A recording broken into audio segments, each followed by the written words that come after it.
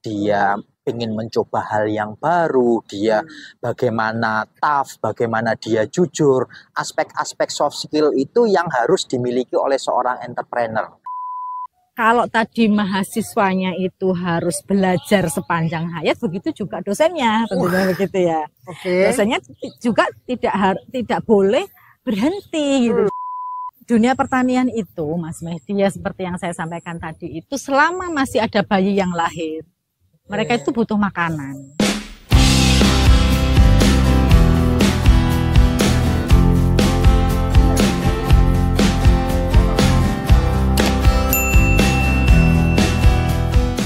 Oke, teman-teman, nah, ketemu lagi di channel Kebun Sayur Surabaya.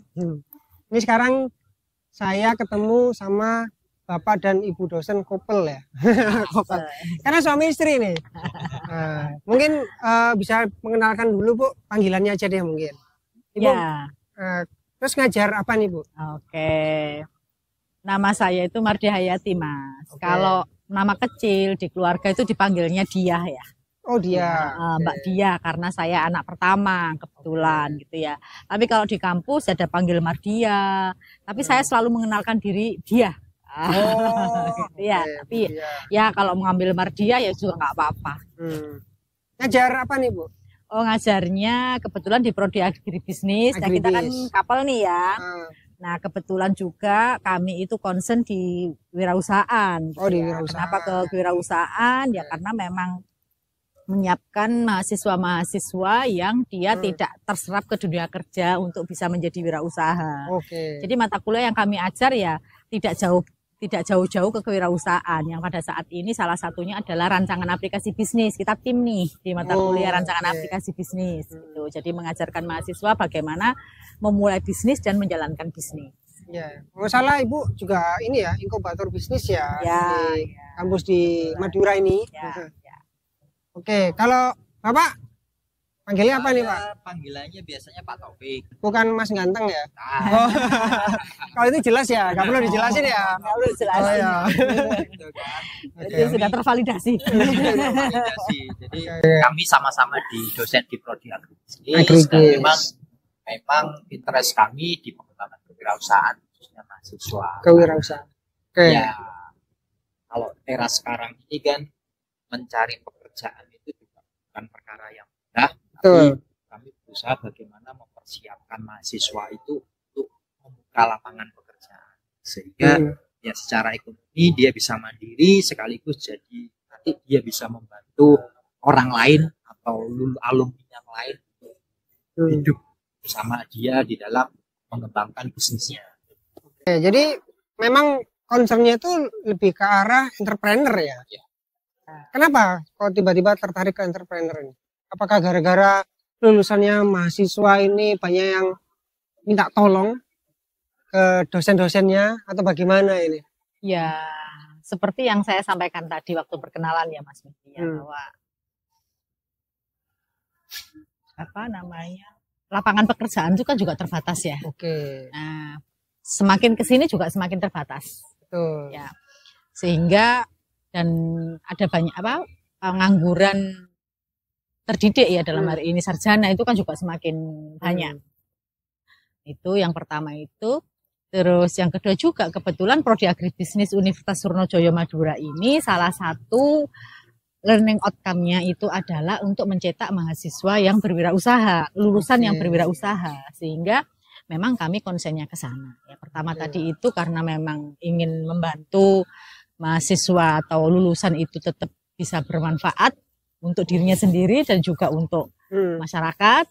Yang kedua memang Prodi Agribisnis juga Universitas Surnadjaya ini learning outcome-nya adalah untuk mencetak wirausaha. Mungkin saya sedikit nambahi ya. Jadi kalau di negara-negara maju itu kan minimal 2% dari jumlah penduduknya itu adalah berwirausaha.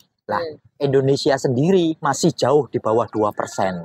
Artinya Indonesia masih punya PR besar bagaimana roadmap menuju ke negara maju, salah satunya adalah dengan mencetak wirausaha baru. Nah, kami konsen di pengembangan kewirausahaan ya karena tadi sudah disampaikan bahwa prodi kami memang tujuannya adalah mencetak mahasiswa wirausaha di bidang agribisnis sekaligus juga mencoba untuk membantu pemerintah di dalam menyiapkan generasi muda sebagai seorang wirausaha. Gitu. Menarik. Tapi soalnya gini, saya pernah ada baca tulisan itu kalau misalnya orang yang ngomong wirausaha itu di Indonesia itu rendah, itu dia ngasih tahu kebalikannya. Justru lulusan Indonesia itu banyak yang berwirausaha. Contohnya apa? Petani. Itu banyak nih. Ya punya ternak ini, terus yang jaga di pasar. Itu kan entrepreneur semua itu. Seandainya itu kalau dimasukin dalam itu, malah justru kita ini kan, apalagi kan katanya Indonesia ini kuat ini kan gara-gara didukung oleh UMKM kan. Jadi UMKM itu memang porsinya besar sebetulnya. Kalau gitu gimana nih? Ya kalau dilihat dari sisi itu, tapi kan petani di situ masuknya bukan menjadi wirausaha ya, di dalam definisi wirausaha kan. Ada mata pencaharian apa petani. Nah kalau misalkan petani itu memang dimasukkan sebagai wirausaha, kata kerja wirausaha ya memang gede banget gitu ya, gede banget. Gitu sih. Itu ngomong-ngomong begini, aku juga ini nih, aku kan sering terima anak magang nih dari tahun 2014 sampai sekarang. Jadi kalau sekarang ini 2024 sudah 10 tahun nih. Saya ini jujur aja, selalu saya tanyain, yang jurusan petani ya, kampus manapun lah, pasti aku tanyain, kamu kenapa pertanian? Itu yang benar-benar pingin pertanian, itu hanya 10%. Ya, itu gimana kalau itu? Itu gimana kalau itu? Jadi tantangannya jadi lebih berat ya. Memang kalau definisi wirausaha atau entrepreneurship itu yang ada di masyarakat Indonesia itu masih sekedar orang yang membuka usaha sendiri. Nah, padahal itu memang pengertian secara sempit, tapi secara luas bahwa entrepreneur itu adalah orang yang secara soft skill itu bagus. Artinya dia pantang menyerah, dia ingin mencoba hal yang baru, dia bagaimana tough, bagaimana dia jujur. Aspek-aspek soft skill itu yang harus dimiliki oleh seorang entrepreneur. Pembelajar dan itu yang nantinya bermanfaat bagi pengembangan diri dia sendiri, apapun profesinya. Gitu kan. Memang tadi Mas Mehdi menyampaikan bahwa jumlah UKM di Indonesia itu banyak. Tetapi perlu dilihat lagi UKM yang seperti apa. Karena saya dari kecil melihat ada orang yang jual bakso. Sampai sekarang pun masih tetap jual bakso pakai rombong keliling, tidak berkembang. Nah, padahal definisi seorang entrepreneur itu, apalagi kalau dikaitkan dengan sebuah bisnis, bahwa bisnis itu harus bisa tumbuh dan berkembang. Nah, kalau selama 10-20 tahun dia punya bisnis tapi tidak berkembang, ya dia hanya bisa dikatakan sebagai pelaku bisnis atau sekedar pengusaha saja, bukan seorang entrepreneur gitu. Menarik. Gitu ya teman-teman ya. Itu definisi yang bagus sekali nih. Tercerahkan. Memang benar sih kalau orang yang sekedar usaha sama yang niatnya itu berkembang itu memang beda sih. Nah, ini yang sebetulnya yang dituju oleh Bu Madia sama Pak Taufik ini mahasiswanya di anak didiknya lah ya. Itu mindsetnya itu yang berkembang ya. Jadi tidak hanya sekedar menjalankan usaha, tapi mereka itu belajar sepanjang hayat ya. Betul. Belajar sepanjang hayat. Seperti halnya mau menjalankan usaha itu kan jatuh bangun ya. Kadang gagal. Betul. Nah, ketika gagal tapi mereka tidak menyerah, mereka bagaimana bangkit kembali, bagaimana saya tetap menjalankan usaha tersebut. Dan dia mau belajar, kenapa kok saya gagal? Nah, itu kan yang harus dimiliki oleh mental seorang entrepreneur ya itu. Jadi entrepreneur itu bukan suatu pekerjaan ya, tetapi di situ adalah jiwa atau pola pikir atau mindset atau semacam itulah ya. Semacam itu gitu, sehingga tidak harus seorang yang menjalankan usaha Tapi semua mereka mau bekerja di sektor apapun dia harus memiliki jiwa itu.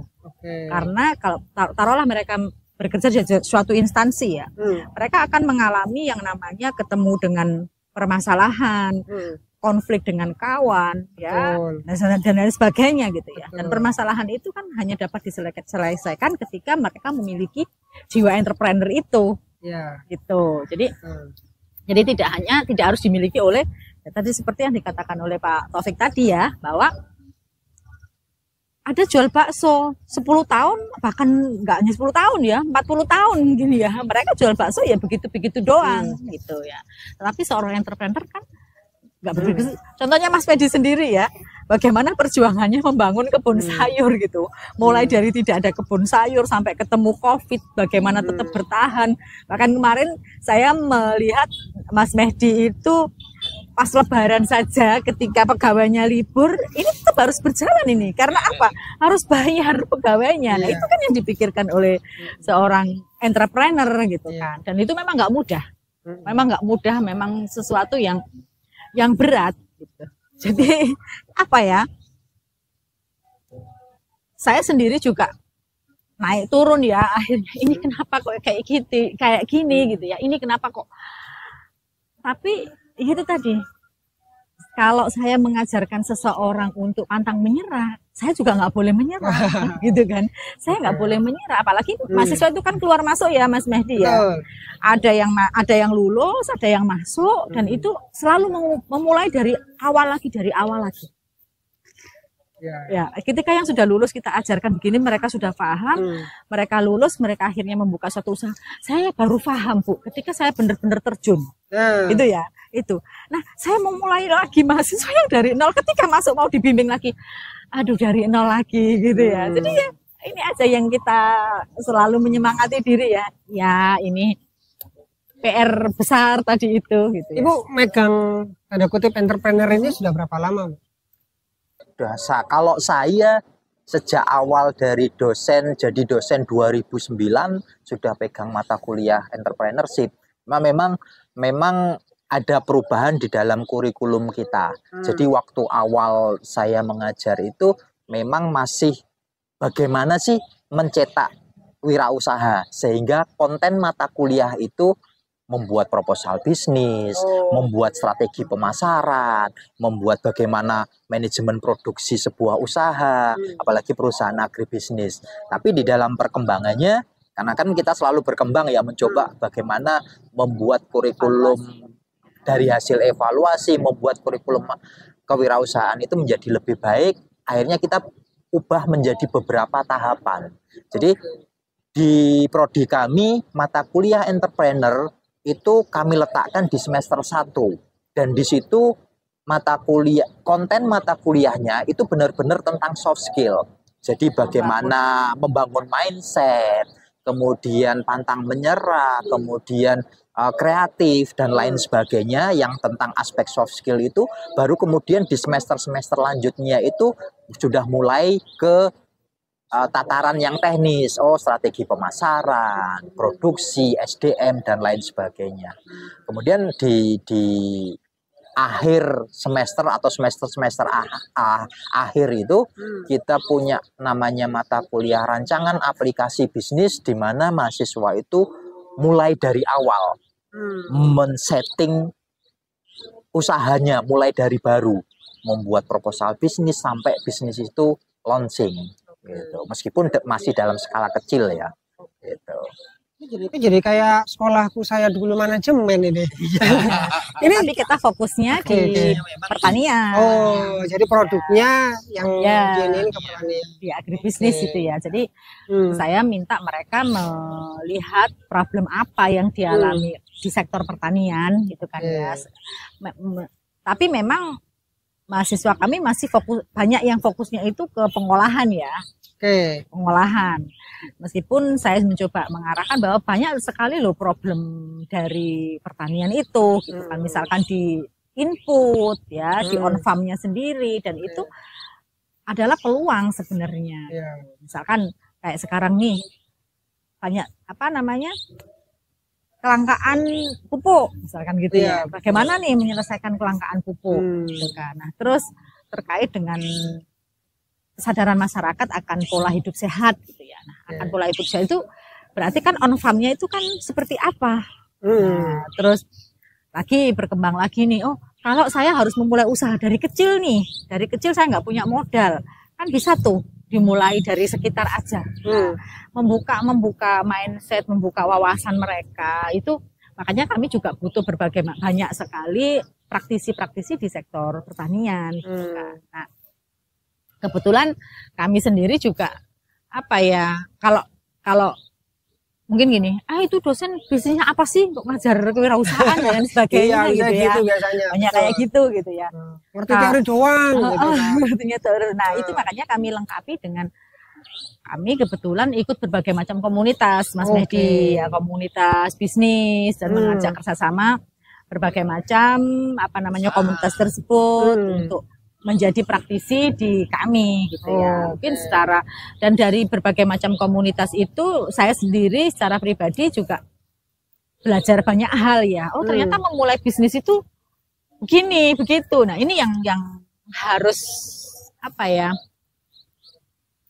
Kalau tadi mahasiswanya itu harus belajar sepanjang hayat, begitu juga dosennya, tentunya begitu ya. Dosennya juga tidak boleh berhenti gitu. Jadi harus mau belajar juga gitu. Nah, ini tantangan juga ya bagi kami tentunya gitu. Jadi sektor pertanian itu kan sebenarnya masih luas ya. Kalau selalu saya memotivasi mahasiswa itu, selama ada manusia hidup, selama ada bayi lahir, pertanian itu nggak akan mati gitu. Nah, sekarang yang pengen kita rubah itu kan kesan bahwa pertanian ini kotor. Sehingga membuat mereka tidak tertarik gitu kan ya untuk masuk di sektor itu gitu. Nah, kalau misalkan sekarang ada berbagai macam YouTube yang membahas tentang pertanian, nah itu yang kami juga kolaborasikan ya di metode pembelajaran kami gitu. Nah, banyak kasus, banyak praktisi ya. Jadi kami bukan mengajarkan kamu harus begini, tetapi kami membersamai ya istilahnya ya. Ayo, mari kita belajar bersama. Kita membersamai mereka, kita memfasilitasi ya, membuat mereka mau belajar. Karena kan memang sektor pertanian itu kan satu yang resikonya tinggi juga ya, Mas Medi ya. Resiko ketika ada hama, dinamis banget di sektor itu. Dan seseorang sukses di bidang misalkan budidaya lombok atau apa, kita mau niru itu tidak bisa serta-merta bisa ditiru gitu ya. Gitu ya. Jadi dia memang harus benar-benar suka dan menjiwai itu, dan masing-masing daerah itu kan berbeda. Tanahnya beda, perlakuannya beda, iklimnya beda. Nah, itu membuat bahwa sektor pertanian itu tidak ada SOP yang fix. Gitu ya. Nah, tantangannya menurut saya memang saking banyaknya variasinya itu yang harus dipelajari, karena nanam sayur aja misalnya. Itu aja beda-beda sayur, beda ini ya kan, beda-beda treatmentnya, beda perawasannya. Makanya yang ini saya juga anak-anak itu kan, mahasiswa itu kan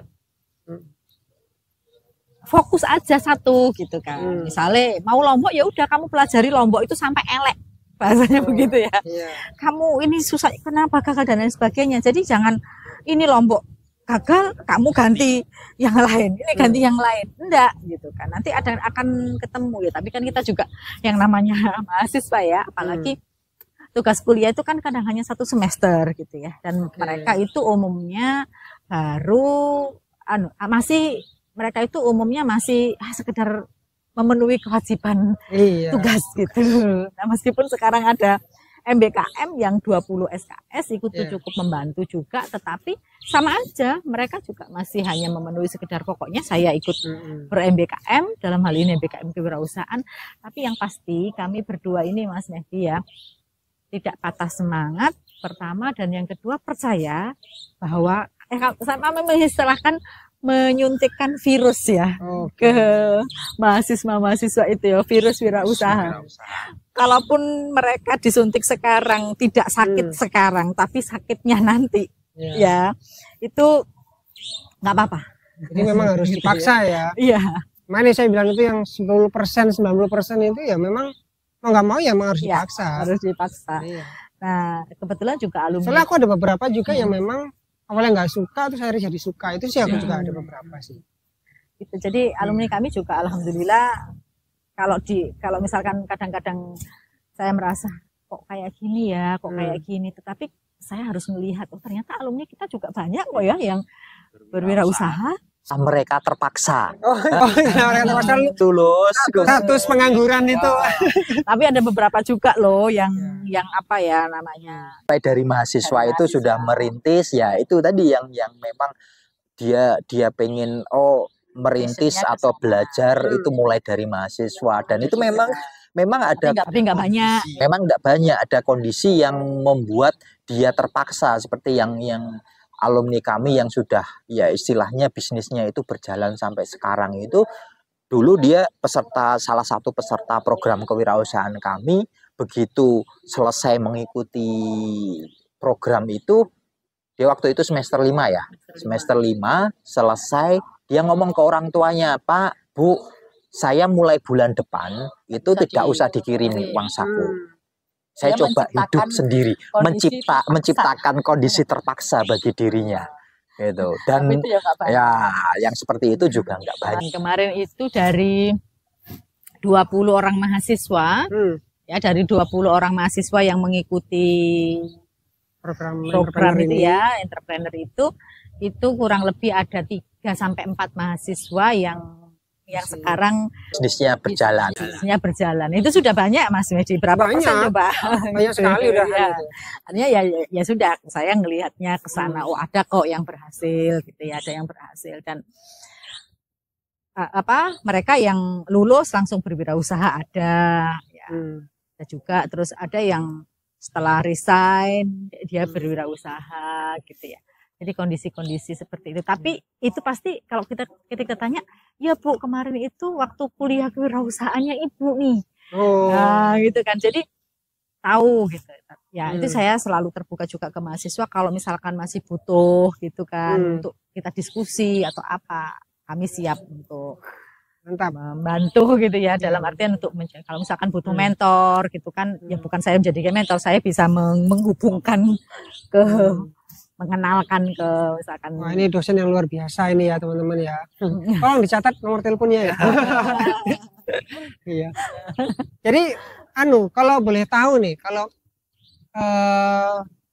ada perubahan nggak sih beda sekarang kan lagi ngetrennya bedanya generasi Z, generasi Alpha dan apa istilah ini. Kalau dari pengalaman Bapak Ibu ini gimana nih? Apakah ada memang benar sih generasi itu? Jelas beda ya? Itu. Beda ya? Pengaruh. Gimana? Apalagi generasi COVID. Iya. Generasi COVID. Jadi kan kalau kembali lagi ke masalah definisi entrepreneurship secara luas ya, bahwa seorang entrepreneur itu kan dia bisa katakanlah hal yang sepele lah, berkomunikasi yang baik dengan orang lain. Itu kan salah satu karakter seorang entrepreneurship lah. Ketika COVID 2019 20 sampai 2021 itu kan anak-anak yang khususnya mahasiswa itu 100% hampir di rumah, yang secara interaksi dengan orang lain itu sangat kurang. Mereka interaksinya hanya melalui media online, baik Zoom atau dan lain sebagainya. Kebanjiran informasi dan lain sebagainya. Lah sementara untuk bisa belajar berkomunikasi, komunikasi kan tidak hanya sekedar ngomong, tetapi bagaimana apa yang dia sampaikan itu bisa dipahami orang lain dan orang lain juga bisa memahami apa yang dia inginkan. Nah, itu kan perlu proses berlatih. Tidak hanya di Zoom, tapi kalau di Zoom itu kan sepertinya soul-nya itu kan nggak dapat karena ekspresi dan lain sebagainya itu kita nggak bisa melihat. Lah itu yang sangat juga berdampak di generasi COVID khususnya di dalam karakter seorang entrepreneur. Nah, ini yang memang iya perlu effort yang kuat untuk bisa merubah itu gitu. Iya, lumayan ya. Berarti memang ngefek ya dari sini ya. Efek Itu yang terbaru ini ya. Aku ada terima anak magang. Aku asli muangkal. Muangkal itu begini. Mereka itu tak suruh ikut pelatihan. Ya. Tak suruh pelatihan. Ya, otomatis kan kalau udah tak ikutkan pelatihan. Pelatihan tak bayarin. Ini pelatihan bayar ini. Tak bayarin. Ya sudah, ya ikut Pak. Ya, tapi habis itu nanti kamu prestasi ulang ya. Normal kan? Iya kan? Wah, kalau itu aku nggak mau. Itu tadi kan. Loh, nggak mau. Berarti kan nggak mau belajar. Loh, mau deh. Mau datang saya. Tapi kalau prestasi ulang saya nggak mau. Loh, aku langsung konsep tahu. Maksudnya apa, weh? Ya udah, tak cari yang lain. Ya udah, kamu mau nggak? Mau. Iya, Pak. Ya udah, daftar ya. Nanti aku tinggal bayar aja gitu. Pak, ini kok pesertanya kok kayaknya sedikit ya. Kalau sedikit aku nggak mau. Loh, kan sedikit kan malah enak ya, jadi privat kan. Nggak mau. Ya, itu kan bagian dari belajar tadi itu, Mas. Iya, tapi aku kan gitu ya. langsung oke, kok gitu ya aku ini. Ya emang nggak bisa ratakan ya, meratakan emang. Cuma ini yang terjadi barusan ini. Aku nih, wih, kok gitu ya. Terus aku ya cerita, guys ini loh, aku ya demi dapat ilmu, kadang aku nggak punya uang. Apa yang aku lakuin? Aku jadi panitia. Yes. Aku jadi panitia supaya aku jangan nguping, nggak belajar. Untung-untung aku dapat fee. Tapi kalau enggak pun nggak apa-apa. Generasinya Mas Mehdi, jangan kira sudah ada berapa tahun. Terus aku udah begitu, terus rupanya untungnya akeh ya. Aku dapat ilmu, meskipun ada uang, nggak ada uang pun, aku berusaha buat IO. Aku tinggal datang berbicara, tanda tangan peserta. Dapat ilmu. Aku gitu. Kalian loh, aku traktir ini. Nggak mau. Aku ini oke. Wah, ini beda generasi. Beda generasi. Sekarang kan kayak gini ya.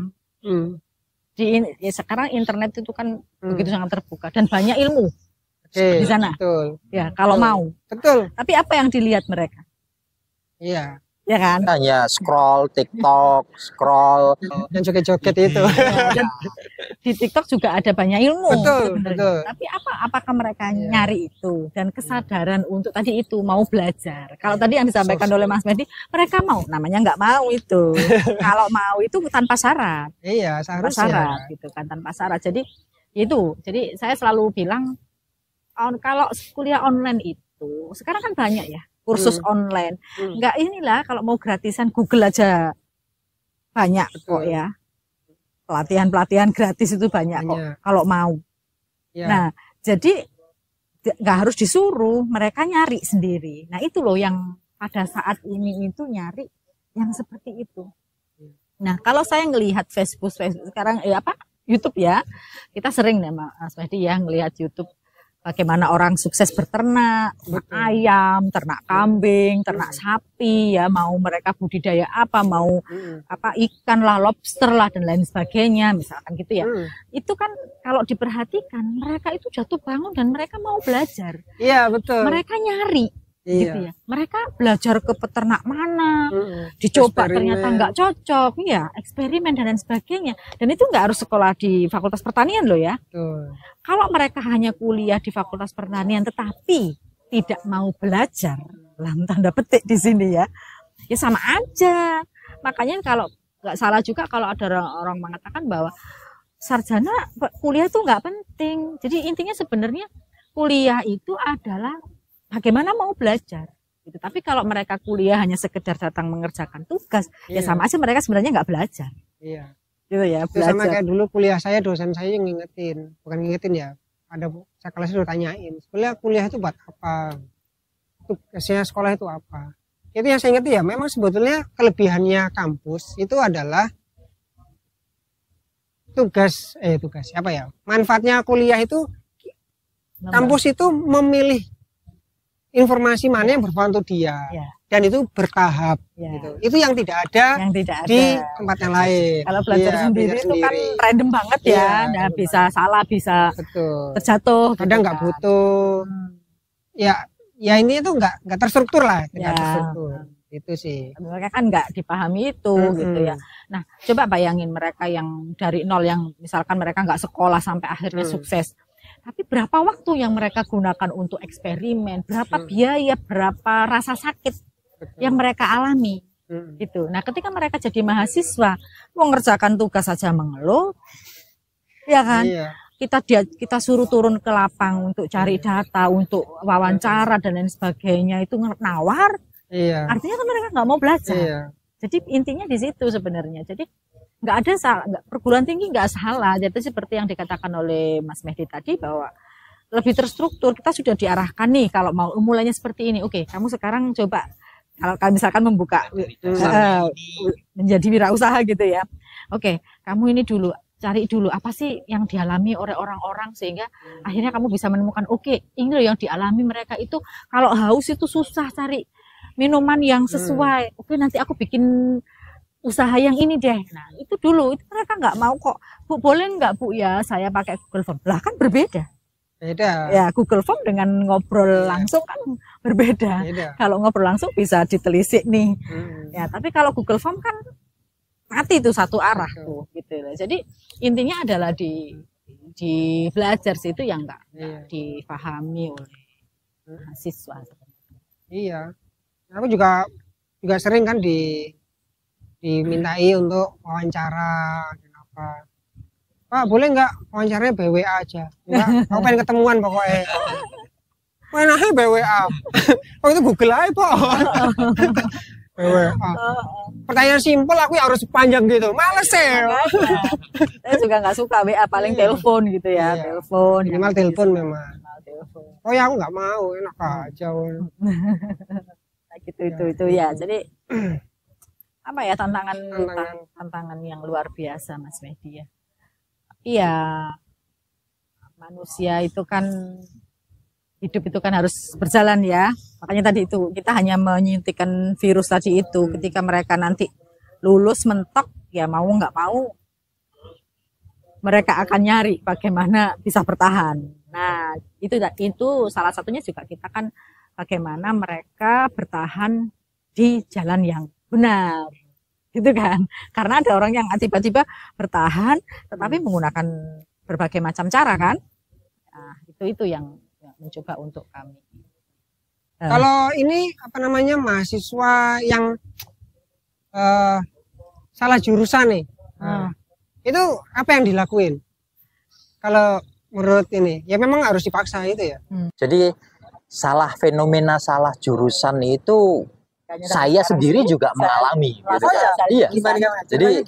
Jadi kalau saya dulu ketika S1 ambil agribisnis itu belum benar-benar tahu apa sih agribisnis itu.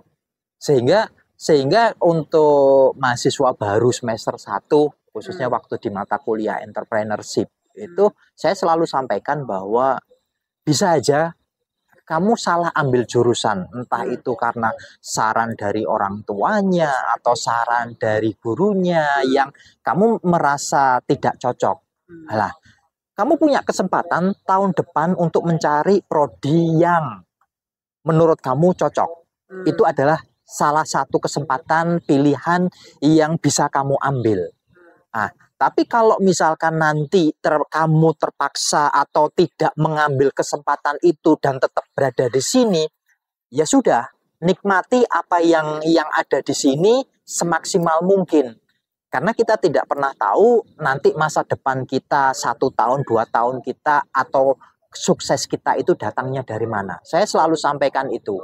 Karena tidak ada yang kebetulan gitu. Jadi kayak saya dari kecil itu tidak pernah punya cita-cita menjadi dosen, menjadi PNS gitu. Bahkan sampai background saya itu malah lebih banyak di perusahaan swasta. Jadi mulai lulus S1, saya ambil S2. Saya ambil S2 itu tidak pernah punya cita-cita untuk jadi dosen.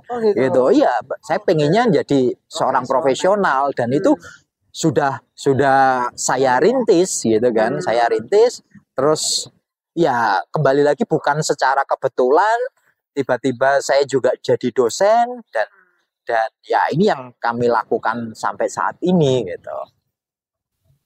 Ya, memang orang yang sudah tahu dari awal tuh mau ngapain itu memang sedikit sih. Ya sisanya itu ya memang journey ya. Journey-nya orang itu nanti mencari.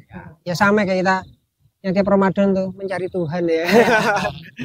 Nah, perguruan tinggi kan sana itu sebenarnya, tapi kan tidak semua tadi itu ya katakan Mas Mehdi bahwa tidak semua orang yang masuk ke perguruan tinggi itu memiliki tujuan mencari dan belajar tadi itu, sehingga ya jangan salahkan kalau kemudian lulusannya masih seperti itu, bukan salah perguruan tingginya sih. Perguruan tinggi sudah berusaha. Kalau orang yang nggak mau emang susah. Ya aku sih kayak aku begini nih. Bisa bayari loh. Ya kan ini salah satu upaya juga untuk menjadi lebih baik. Oke. Nah, terus kalau misalnya agribis nih, itu kan ilmu itu sebetulnya itu ada yang baru nggak sih? Maksudnya, ya wis itulah. Jadi maksudnya kalau misalnya ada tema nggak sih tiap tahun itu harus apa? Kalau dari Bu Dia itu gimana? Kalau ngomong ada yang baru, Mas Mehdi ya tentunya selalu ada yang baru. Kalau sekarang kan zamannya sudah pakai AI dan lain sebagainya gitu ya. Nah, bagaimana memanfaatkan teknologi yang baru itu di bidang agribisnis. Nah, tadi itu. Tapi kan tidak semua istilahnya Indonesia itu luas banget. Indonesia itu gede banget, luas banget, dan kalau misalkan masih mau rintisan gitu ya, contohnya aja di Madura gini. Apakah di Madura ini kalau kita lihat dia butuh sayur kan jarang ya Mas B. Sayur itu di sini kan masih impor dari Jawa. Ya, impor dari Jawa. Impor dari Jawa, ini kan juga Jawa ya. Oh enggak sih Madura sih. Pulau Madura, meskipun masuk wilayah Jawa Timur. Nah, sayurnya itu kan kebanyakan impor dari Jawa nih. Nah, kalau misalkan tak pikir dari Madura dewe. Ada dari Madura tapi kan juga terbatas. Kan banyak sayur yang misalkan wortel. Wortel kan nggak tumbuh di Madura. Sayuran horti kan tumbuhnya di daerah dingin. Ya, sawi ada ya, bayam ada, kangkung ada. Tadi kayak wortel, kentang kan nggak bisa di sini. Nah kayak gitu. Nah itu kalau misalkan mereka mau mengembangkan, kan lihat aja nih problem apa nih di sini. Nah, aku mau bisnis apa nih? Nah itu kan dilihat, oh mau memadukan ini, ada teknologi nih AI ini, atau masih butuh nggak? Sudah butuh nggak sih saya pakai AI? Kalau mau ngomong rintisan kan ya udah sedikit aja dulu, punya lahan berapa nih, atau misalkan nggak punya lahan ya di kampus emperannya kita mulai. Nah sekarang kan ada banyak dukungan juga ya dari baik itu dari Dikti sendiri untuk pendanaan dan lain sebagainya gitu ya, misalkan kayak gitu. Nah untuk teknologi barunya ya kalau tentang ilmu pertaniannya apakah ada yang baru atau enggak, yang namanya budidaya ya masih seperti itu gitu kan ya. Kita mulai dari nol dulu lah, jangan pakai teknologi kan. Back to basic lah ya. Iya, back to basic dulu, mereka harus paham dulu. Kalau nggak tahu basicnya tiba-tiba ada inovasi ngapain? Gak bisa. Iya, gitu. Dasarnya kan harus tahu dulu, harus kuat dulu. Sama juga teman-teman yang buka startup ya, macam apa namanya. Oh, pernah itu mahasiswa datang. Bu, ini ada masalah jahe nih, Bu. Jahe itu ketika panen tuh hanya harganya 4.000, Bu. Itu satu gelangseng, Bu. Satu gelangseng itu kurang lebih 50 kilo. Saya mau bikin, Bu, satu aplikasi ya yang mempertemukan petani itu langsung dengan dengan pembeli. Apa iya langsung seperti itu gitu kan. Pembelinya itu siapa? Yang kamu maksud pembeli itu siapa? Saya tanya begitu kan. Nah kan itu ngajari lagi Mas dari awal. Yang kamu maksud pembeli itu siapa? Konsumen rumah tangga seperti saya yang hanya butuh jahe ya, semprit ya, paling 2.000 itu udah cukup untuk sebulan, atau siapa? Nah itu kan belajar kayak gitu tuh kan, orang tiba-tiba dia hanya mengetahui bahwa itu permasalahan, saya mau bikin aplikasi, Bu yo kok yo, ya jadi belum paham dasarnya tapi sudah mau bikin aplikasi, jadi menjadi gak manfaat kan. Betul. Nah gitu, jadi dasar itu penting, tapi teknologi itu juga penting. Gitu. Tapi dasarnya itu juga dia harus paham dulu. Jadi nggak ujuk-ujuk mau bikin aplikasi, mau bikin startup ini. Makanya banyak startup yang tutup kan. Betul. Ya, karena Kelihatan tadi keren doang. kelihatan keren doang di awal gitu. Tapi sebenarnya basicnya itu nggak menyelesaikan masalah apa problem tadi itu yang nggak belum fit ya, belum nggak bisa divalidasi dengan tepat. Itu tapi ya pelan-pelan ngajarinya itu seperti itu. Pelan-pelan. Oke. Jadi ibu ini ya belajarnya ya masang startup tapi ya ngerti juga nih, wah ini lingkungannya komunitasnya banyak sekali ya, harus cross ini ya, cross ilmu ini. Iya kan tadi itu saya bilang bahwa sebenarnya ilmu apa ya, kita nggak bisa spesialis tapi juga nggak bisa generalis kan. Ya terlalu generalis itu juga nanti nggak fokus, tapi terlalu spesialis kita kan juga butuh ilmu yang lain. Makanya kerjasama itu kan penting. Seperti yang saya sampaikan, ketika kami mengajarkan kewirausahaan biar nggak hanya teori doang, kami banyak ikut komunitas, banyak sekali kami. Itu juga masalah, saya lihat ibu sampai ikut pelatihan segala yang berbayar. Itu gimana ini?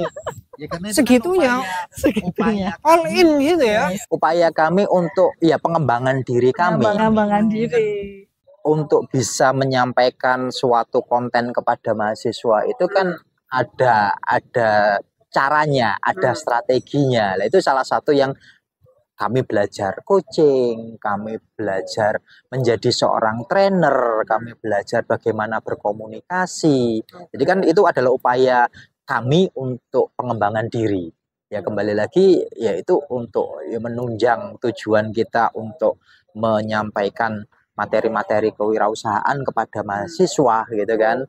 Jadi kan kalau zaman dulu dosen itu mahasiswanya nggak paham karena dosennya misalkan ngomongnya pelan, atau ada yang dosen itu 2 jam ngomong tapi sama sekali nggak dipahami oleh mahasiswanya gitu kan, ngomongnya muter dari A ke Z dan balik lagi gitu kan.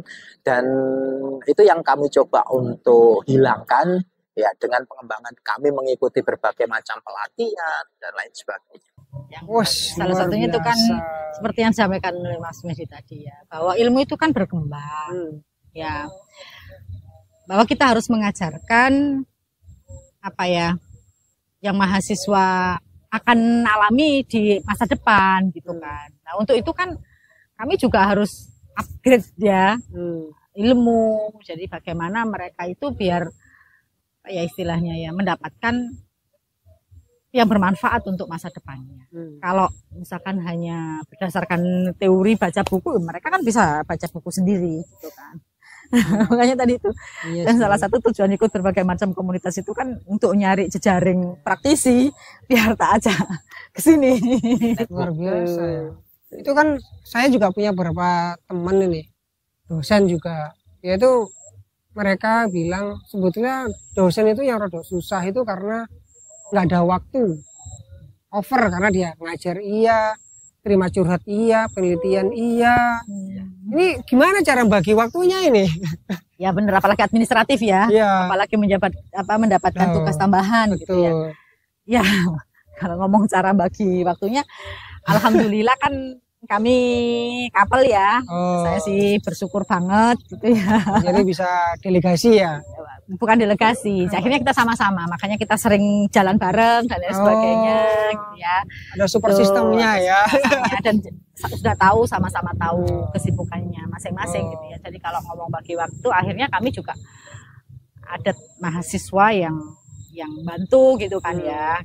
Sama halnya dengan misalkan riset dan lain sebagainya, kan kami juga butuh tim ya. Ini yang mencoba untuk kami ini ya, kami coba. Teman saya juga gitu, saking nggak ada waktunya itu makanya ada program praktisi mengajar itu kan salah satu mempermudah upgrade ilmu katanya. Ya itu benar juga. Ya jadi dengan praktisi itu ikut di kelas, kayak gini ya, kayak gini ya, ternyata gitu ya. Jadi itu salah satunya itu. Jadi sehingga nanti kalau misalkan sudah nggak ada program itu lagi, Ya kami tahu. Tapi memang sebelum ada program praktisi mengajar Mas Mehdi, kami tuh sering ngajak teman-teman ya, teman-teman itu untuk ayo dong ngisi 1 kali pertemuan atau kuliah tamu di tempatku gitu kan. Di dalam rangka sebetulnya itu ya praktisi mengajar juga. Ya, kan? cuman kan hanya sekali, 2 kali, dan itu menggunakan kata tapi gono duitnya ya. Iya. Atau misalkan kalau datang, oh ya nggak apa-apa. Jadi alhamdulillah kami dipertemukan dengan orang-orang yang memang mereka mau berbagi ya, mereka juga mau berbagi. Itu yang luar biasa. Yang pasti itu tadi saya berpikirnya bahwa niat baik itu memang akan mendatangkan banyak kebaikan dan dibantu atau disupport oleh orang-orang baik juga. Sip. Ya, meskipun nanti mungkin ketemu juga yang nggak baik, tetapi saya merasa bahwa sampai detik ini lebih banyak hal baik yang kami peroleh. Itu. Ya, oke, mungkin sementara itu aja kali ya. Soalnya ini biar nanti bisa part 2 gitu ya. Kita bahas lebih dalam lagi. Itu baru pembukaan ini. Baru pembukaan tentang di dunia mahasiswa pertanian ya, sama ya. Closing mungkin. Masukan apa untuk mahasiswa ini pertanian yang SMA mau pertanian, guys. Oke, yang mau SMA mau pertanian ya. Dunia pertanian itu, Mas Mehdi, ya seperti yang saya sampaikan tadi, itu selama masih ada bayi yang lahir, mereka itu butuh makanan. Jadi sebenarnya tidak ada matinya. Ya justru malah pertanian itu ke depan itu masih selalu dibutuhkan. Oke, betul. Dengan teknologi apapun gitu ya, dengan teknologi apapun, mau AI, mau robot dan sebagainya, tapi dasar-dasar pertanian itu masih dibutuhkan. Hanya saja gitu kan ya, mungkin mereka kalau pertanian aja ngapain, aku kan bisa belajar ke orang tuaku, ya berbeda dong ya. Berbeda ya. Kalau misalkan orang tuanya bisa untuk tempat dia belajar, loh kenapa orang tuanya nggak bisa maju kan gitu kan ya. Jadi ya bisa jadi belum tentu update juga. Ya, belum tentu ada juga gitu ya. Jadi selama untuk adik-adik SMA yang mau melanjut, ini mumpung mau penerimaan proses penerimaan mahasiswa baru ya. Terus sektor pertanian itu masih amat sangat terbuka untuk menjadi usaha-usaha di bidang pertanian tentunya ya. Jadi kesempatan untuk kuliah dan menjalani usaha waktu kuliah itu amat sangat terbuka. Apalagi dengan konsep perguruan tinggi saat ini yang belajar langsung di masyarakat dan lain sebagainya, MBKM itu amat sangat peluang untuk menjadi seorang wirausaha di sektor pertanian. Jadi saya ngomong ke mahasiswa ya, mumpung kamu masih mahasiswa kok, makan masih ditanggung orang tua gitu loh. Ayo gitu ya. Mumpung masih ada status mahasiswa itu, masa masih ada diskon-diskon, bahkan pelatihan gratis, status mahasiswa. Ini kalau saya gini nih, ya nggak bisa, bayar mahal lagi. Gitu. Oke ya begitu ya. Jadi teman-teman yang mau kuliah atau yang selain kuliah, manfaatkan statusnya inilah. Ini lumayan. Ya ini bocoran nih ya. Saya kemarin tuh mau sekolah S2. Gara-gara apa? Gara-gara saya tahu status mahasiswa itu banyak biaya dana hibah. Dana hibah. Itu saya bela nih. Ya udah tak kuliah demi. Tapi sayangnya setelah mau ikut lomba pandemi. Jadi hilang semua. Tapi nggak apa-apa. Sekarang insya Allah nggak apa-apa nih, aman nih. Nah ini bocoran ya, dana hibah itu banyak banget. Terus itu aja ada muridku itu. Saya kan juga sering ngajar kelas entrepreneur ya. Dia itu bisa dapat dana itu 1 event bisa sampai 500. Dia dapat 2. Jadi 1 M, bayangkan. Ya gara-gara itu terus aku pengen gitu. Terus pandemi, aduh gitu. Namanya nggak rezeki itu. Iya, rezeki, tapi ya nggak apa-apa. Tapi ini untuk motivasi kalian. Berarti kuliah itu nggak hanya ilmu, nggak hanya dapat duit juga, mungkin bisa dapat jodoh. Nah ya kan, ini contohnya ini kali ya. Jangan-jangan ya. Oke, gitu ya teman-teman. Sampai ketemu lagi. See you soon. Kalau video ini bermanfaat, yuk like, subscribe, and share.